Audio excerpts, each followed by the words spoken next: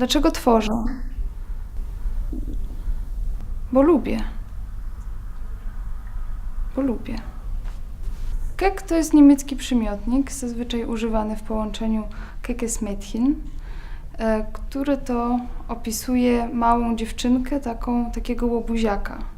Niewinną, ale trochę pyskatą, trochę bezczelną, trochę pewną siebie, w sposób sympatyczny raczej nie niesympatyczny.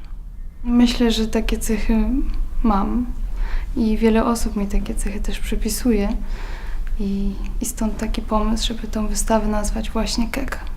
Na wystawie prezentuję 3 cykle graficzne. Są to sitodruki i one powstały właściwie, jeden cykl rocznie powstaje u mnie. Ta wystawa jest potwierdzeniem tej mojej drogi, tych moich wszystkich decyzji, które podjęłam do tej pory. Które podjęłam do połowy intuicyjnie, bardzo się bojąc, a teraz widzę, że mogę zaufać sobie, więc skoro mogę zaufać sobie w tych swoich decyzjach, to myślę, że już chyba nic mnie nie zatrzyma. Opakowanie na kulki mozartowe wygrałam, ten design, cały konkurs wygrałam na początku 2. roku moich studiów w Wiedniu.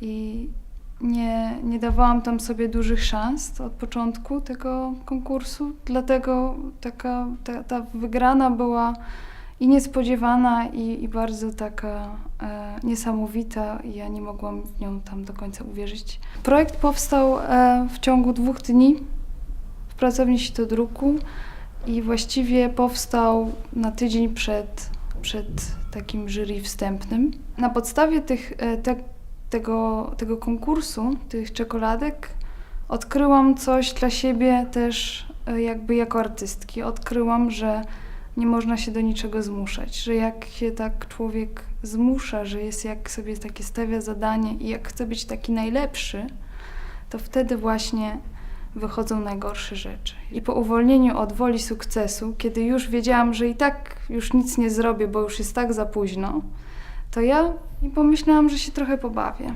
No, pobawię się. Ten ostatni tydzień to po prostu się pobawię.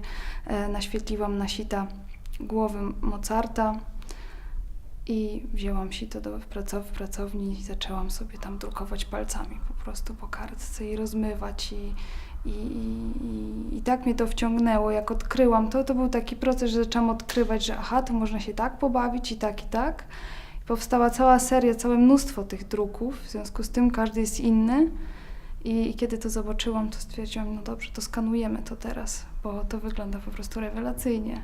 Czasami jest tak, że bardzo długo się zastanawiam, bardzo długo szukam, bardzo długo daję sobie czas na to, żeby to wszystko dojrzało.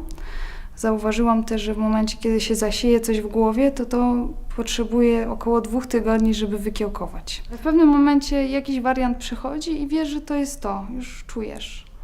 Podpowiada mi to w środku. A czasem jest tak, że właśnie podczas tego tygodnia oczekiwań zaczynam już próby pierwsze tego poszukiwania języka, jak to chcę, próbowania, zestawiania, szukania. Bardzo ważna u mnie jest w procesie twórczym decyzja, że to ma tak wyglądać i ona jest zazwyczaj ugruntowana dlaczego. Ja już wiem, dlaczego to ma tak wyglądać. Myślę, że jest coś takiego, że nie ma czegoś takiego jak kariera, ale że są małe kroki. Tworzy się przez to też kontakty, otwierają się nowe możliwości. I to jest cały czas taki rozwój i proces. Nie nazwałabym tego karierą, jakby w moim przypadku. Galeria Apteka Sztuki jest galerią wyjątkową. Ta propozycja ze strony pani kurator, żeby pokazać pracę jeszcze przed dyplomem, była dla mnie ogromnym zaskoczeniem i ogromnym szczęściem, tak? Myślę, że to wystawa osoby, która pokazuje przede wszystkim coś bardzo swojego. Myślę, że te wszystkie prace są pracami moimi i są bardzo indywidualne.